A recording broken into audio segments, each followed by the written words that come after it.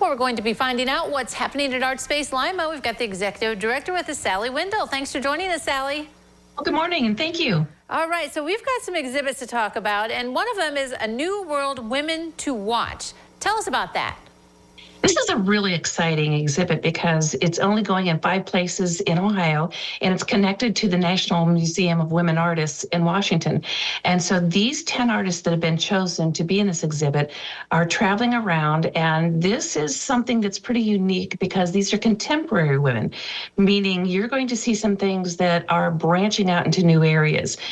There's a lot of installations. We have one gallery that's just full of TV monitors and different things going on. So there's going to be a lot to see, but it's also reaching out into a lot of work that needs some explanation, or they're traveling so that you can get a new understanding of their situation and scenarios. So it's wonderful. We've got it in 4 galleries. There's neon, there's installations, there's paintings. It's a multimedia show, and we're really excited because we were chosen to show this. We're the 3rd destination, and then as soon as it's finished on the 5th destination, it will go to Washington. So it's exciting. We're going to be opening up on Saturday, January 13th, and from 6:30 to 8, and we're just excited to present all of these. Plus, now we have decided to highlight different women in Lima that we consider are women to watch. So anyone that's been connected with this show, we're going to have a large display of them and their work, but also we're going to be having a couple of meetings in the gallery about women who have made an impact and are up and coming in Lima. So we've got a lot of things that are connected to this show. And then in our library on the 2nd floor, we have a whole area of books, of artists. We have a lot of resources, some really great women artists, some that have been to ArtSpace and some that are internationally known. So we hope that everybody really gets immersed in not only this show, but everything connected and celebrating women. That is exciting. All right, and as you said, it opens on the 13th and it runs until March 9th, right? Correct, yes. Great. All right. So there's going to be other great shows coming up. We're starting the new year, so we need to kind of mark our calendar. So let's talk about the other shows that are coming up.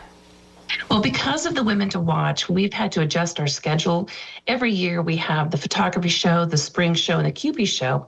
So because of this long-running show, the Women to Watch, we have got now our QP show that's been pushed back a little bit. So from March 22nd to April 12th, we're going to have, again, that wonderful QP High School Invitational where we reach out to 13 counties and bring in work from extremely, I want to say not only talented, but really responsive high school students.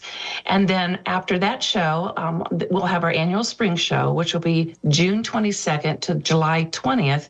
And then the photography show that usually runs in January will now be August 3rd to September 14th. So there's lots of opportunities now for artists to be involved in any of those shows, but we want to make sure that we'll have these dates out there because they've changed it a little bit just for this year.